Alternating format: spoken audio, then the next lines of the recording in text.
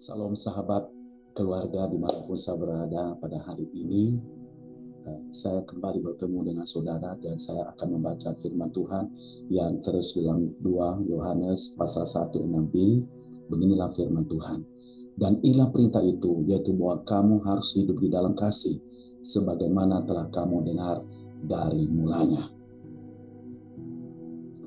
Masalah yang paling besar dalam keluarga ialah bagaimana menjalani hidup bahagia dengan suami yang kasar, dengan istri yang tidak tunduk kepada suami, anak-anak yang tidak menghargai orang tuanya, bahkan siapapun saudara kekasih Tuhan. Bahkan inilah masalah yang paling rumit di dalam keluarga.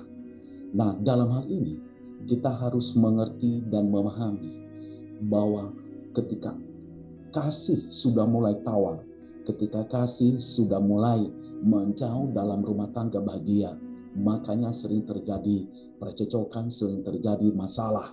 Nah, hari ini saya sangat percaya saudara kekasih Tuhan, lewat perenungan saya ini, bahwa kita percaya juga lewat kasih akan bisa menyembuhkan seluruh keluarga.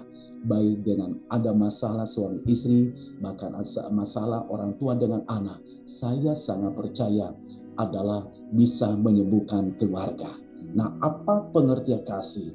Ialah perhatian kepada orang lain. Dalam rasa kasih itu berarti kita menyamakan diri dengan orang lain, baik dalam kebutuhan, pengharapan, kecemasan, dan kegembiraan. Itulah namanya pengertian kasih, yang artinya kita harus menyamakan diri kita dengan orang lain, bahwa apa yang kita alami, dia alami. Kalau kita sakit, dia juga merasakan. Saudara aku yang dikasih Tuhan, kalau orang lain cemas, kita sudah harus bisa melihat kenapa mereka cemas, saudara dikasih Tuhan. Karena banyak dalam rumah tangga tidak memahami hal ini. Tetapi hari ini saya sangat percaya saudara akan bisa memahaminya. Nah, makanya saya berikan judul perenungan saya hari ini, kasih menyembuhkan keluarga. Nah, yang menjadi pernyataan kita, bagaimana kasih menyembuhkan keluarga? Yang pertama, kasih membuat kita melihat setiap orang dalam keluarga adalah orang yang penting dan istimewa. Nah, kalau ada kasih, harus kita melihat keluarga ini. Baik suami, dia merasa bahwa istri saya penting. Orang tua berkata bahwa anak-anak saya penting. Istri berkata kepada melihat suaminya juga berkata bahwa itu penting. Istri juga melihat anak-anaknya juga itu penting dalam rumah tangga. Ketika ada itu, saudara dikasihi Tuhan, saya sangat percaya akan saling menyembuhkan. Kenapa? Tidak ada yang saling merendahkan, tidak ada yang saling menjelekan, tidak ada yang saling menghina, tidak ada yang saling, saudara dikasihi Tuhan, cuek, bahkan tidak ada saling memberi, tetapi saling komunikasi yang baik dalam hal ini. Apa yang akan terjadi? Disitulah terjadi namanya kesembuhan, saudara kekasih, sehingga tidak ada yang luka di dalamnya. Yang kedua,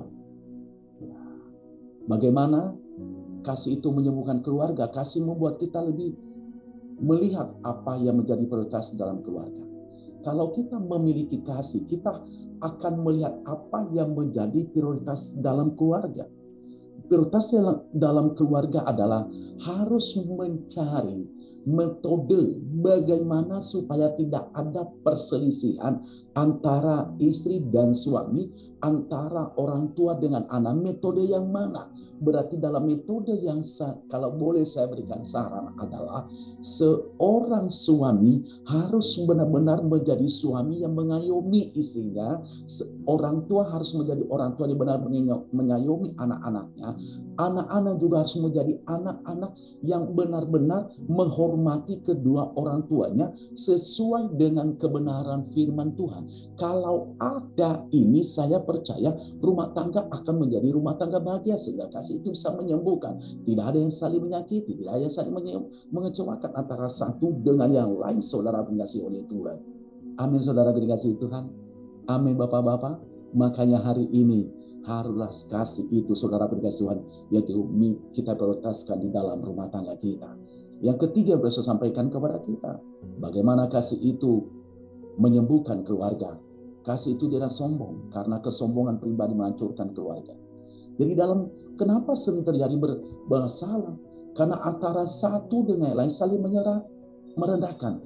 Suami merendahkan istrinya, istri merendahkan suaminya, orang tua merendahkan anak-anak. Sehingga ketika suami merendahkan suami, coba kalau kamu nggak nikah kepada saya, kamu akan bisa jatuh miskin.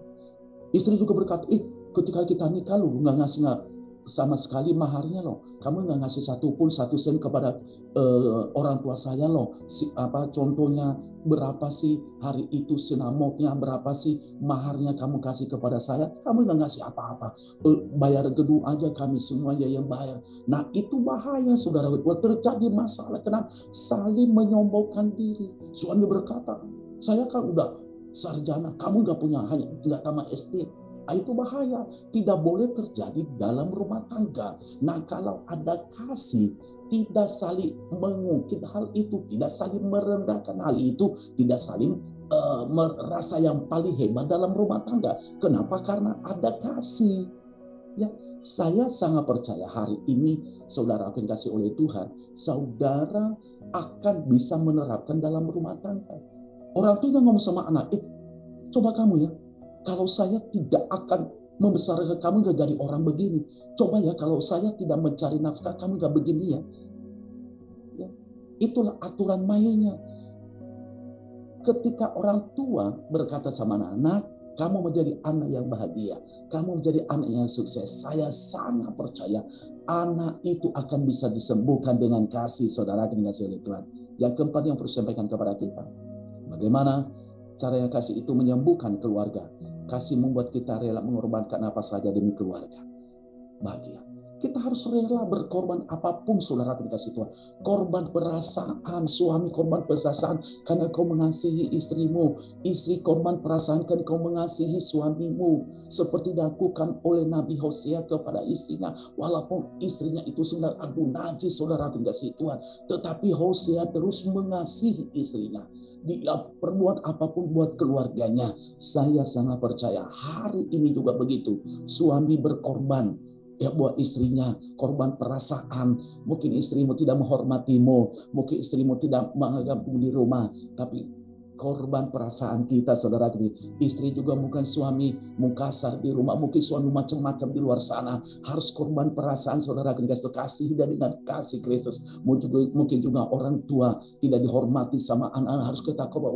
Tuhan, saya sudah besarkan anak ini, tetapi anak ini begini terus. Tapi saya percaya saudara kasih Tuhan, kata hari ini saya percaya saudara akan bisa mengasihi anak-anakmu sehingga anak-anakmu sembuh, anak-anakmu diberkati, dan anak-anakmu juga menjadi anak-anak yang berbahagia saudara dikasih Tuhan, sehingga hidup mereka semakin hari menyenangkan hati Tuhan, hidup mereka semakin memuliakan nama Tuhan saudara dikasih Tuhan. Untuk itu biarlah kasih menyembuhkan keluarga ini kita akan terus praktekkan di dalam rumah tangga kita, dimanapun Tuhan tempatkan kita.